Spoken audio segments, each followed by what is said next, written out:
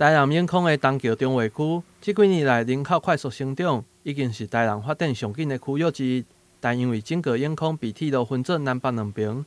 加上东桥地区往北的连外道路只有一条中正二路的366项，因为路非常细条，车一坐就靠后塞车。加上新的康桥大道，因为铁路无法度连接正南三路，互当地民众非常的困扰。立法委员林义进对议员的时期就非常关心当地的交通问题。23号特别邀集了相关单位到现场会勘，希望会使优先处理这个交通的瓶颈。当初我在当议员的时候，就一直积极推动，是不是透过康桥大道的打造，然后来连接正南山路哦，然后成为通往北线一个主要干道。那康桥大道已经完成了45米，那正南山路都市计划也通过，要成为30米。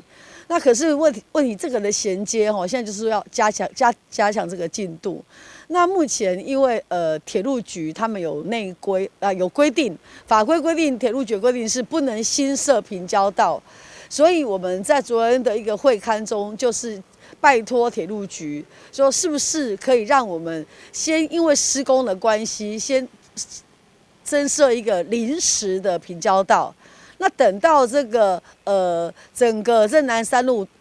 这个开辟完成之后，那我们叫所谓在移设平交道，那就没有新设平交道的问题。那我们争取这个临时的平交道，就是为了期待说能赶快让这个东桥地区通往北线的路可以尽速的打通哦。经过协调后，正南三路的下水道上限将会优先来施作连接铁路的部分。营建署也会使提前来做道路的拓宽，方便代替来施作滨高道的工程。那其实市府非常重视这样的一个连通设施，就是说的一个道路的一个